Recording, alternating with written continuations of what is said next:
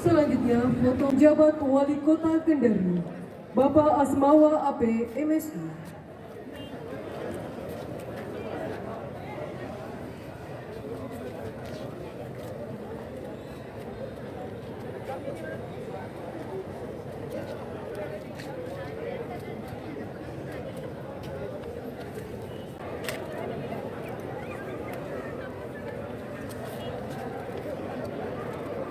Bertanda tangan kedua, Nur Naningsi S. Farm APT.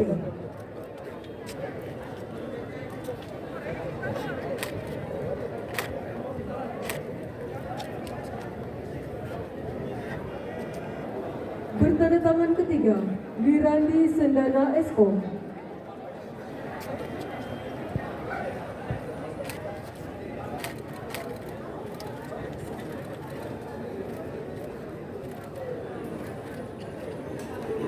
Selanjutnya bertanda tangan saksi-saksi, Kepala BKPSDM Haji Sudirham SPD MED.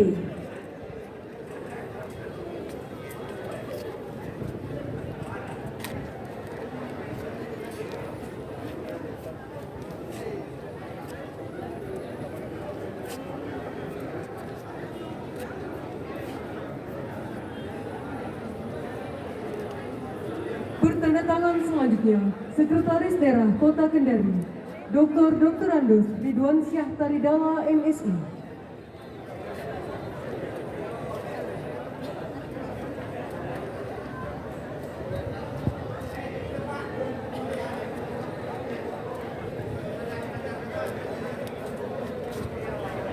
Demi Tuhan saya berjanji. Bagi yang beragama Hindu, Om Atah Parawansa. Sumpah ini disamping disaksikan oleh diri sendiri dan oleh semua orang yang hadir sekarang.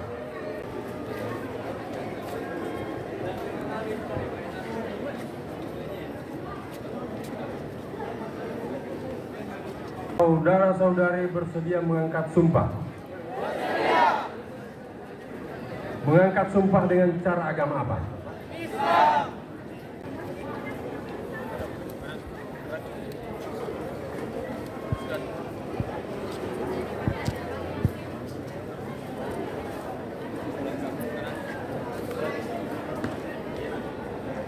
Kita sudah agendakan di tingkat komisi. Kita juga sudah minta izin kepada pimpinan untuk berkunjung kepada Pak PJ Wali Kota terkait dengan kasus kerjasama kita dengan PT Kurnia terkait dengan kerjasama dengan Pasar Basah Mandungan.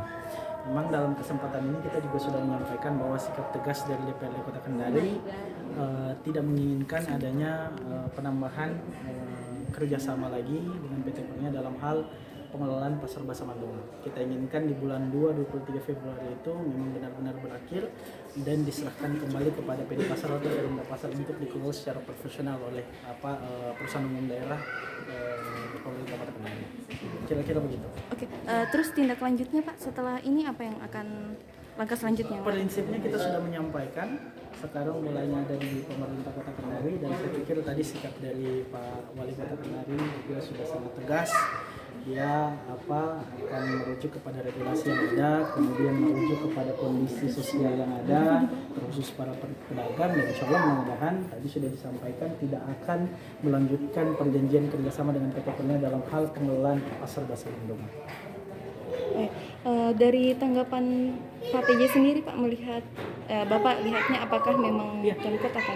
Tadi saya sudah sampaikan bahwa memang sikap dari Pak PJ Wali Kota Kendari sangat tegas. Ini juga menolak untuk melakukan perpanjangan kontrak karena menimbang beberapa hal terkait dengan kondisi sosial para pedagang, serta konsumen, serta sampai dengan fisik bangunan yang ada di Pasar Basah Mandungan sampai dengan pengelolaannya sampai hari ini. Itulah menjadi rujukan-rujukan yang mendasar bagi Pak PJ Wali Kota Kendari untuk tidak melanjutkan perjanjian kerjasama lagi di 23 Februari nanti. Jadi memang benar-benar sikap tegas DPRD Kota Kendari dan pihak pemerintah Kota Kendari ini sudah selaras, dan insya Allah mudah-mudahan 23 Februari ini akan dikembalikan kepada PD Pasar atau Perumda Pasar untuk dikelola secara profesional. 2023. 23 Februari 2023. Oh ya, siap. Terima kasih, Pak. Iya, siap. DPRD Kota Kendari khususnya Komisi 2 yang telah mengingatkan kembali kepada kami pemerintah Kota Kendari untuk kita melakukan peninjauan dan kajian atas perpanjangan kontrak kerjasama dengan pengelola pasar yang ada di Pasar Pasaman yang ada selama ini, karena dari perspektif DPRD melihat bahwa sepertinya tidak memberi kontribusi positif, pengelola dalam hal ini tidak memberi kontribusi positif dalam rangka peningkatan pendapatan, termasuk banyak keluhan penjual di Pasar Mandonga, Pasar Mandonga itu bahwa dari sisi kebersihan, dari sisi hal-hal yang memang dibutuhkan oleh pedagang itu sendiri tidak terpenuhi yang disediakan oleh pengelola pasar itu sendiri.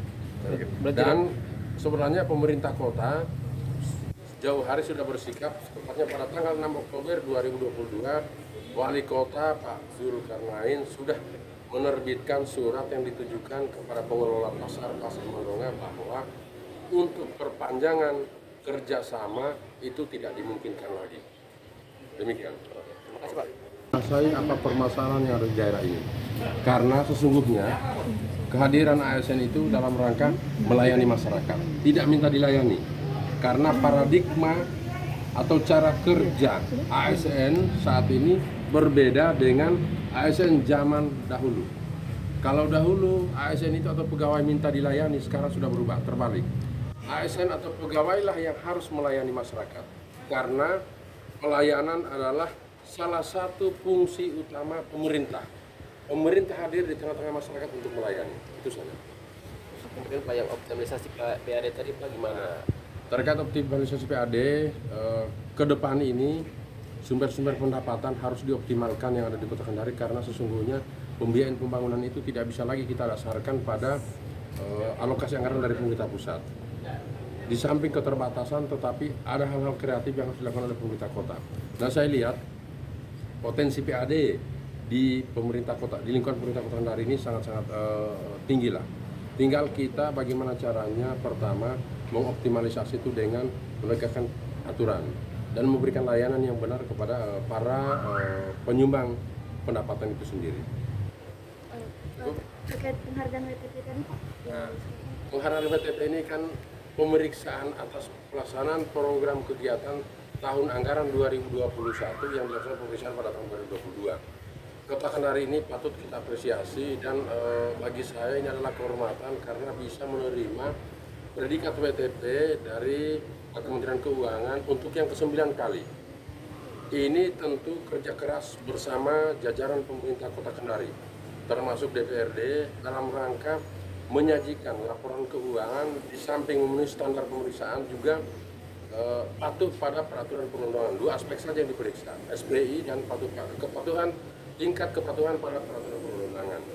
Nah, ke depan sudah saya ingatkan tadi kepada jajaran ASN di Kota Kendari untuk semakin memperbaiki tata kelola pelaksanaan program kegiatan dan realisasi anggaran, sehingga apabila untuk pemeriksaan kegiatan tahun 2022 yang dilaksanakan pada tahun 2023 nanti kita bisa mencapai predikat WTP, maka pasti itu akan prestasi 10 kali berturut-turut dan akan ada penghargaan khusus dari Kementerian Keuangan. Seperti yang sekarang ini, bagi lembaga atau instansi pemerintah yang secara berturut-turut 10 kali mendapatkan predikat WTP, maka itu diberi penghargaan khusus oleh Ibu Menteri Keuangan, baik dalam bentuk insentif maupun hal-hal lainnya. Pak, yang pasar tadi Pak dengan DPR. Terima kasih sudah nonton. Jangan lupa like, subscribe, dan share ya.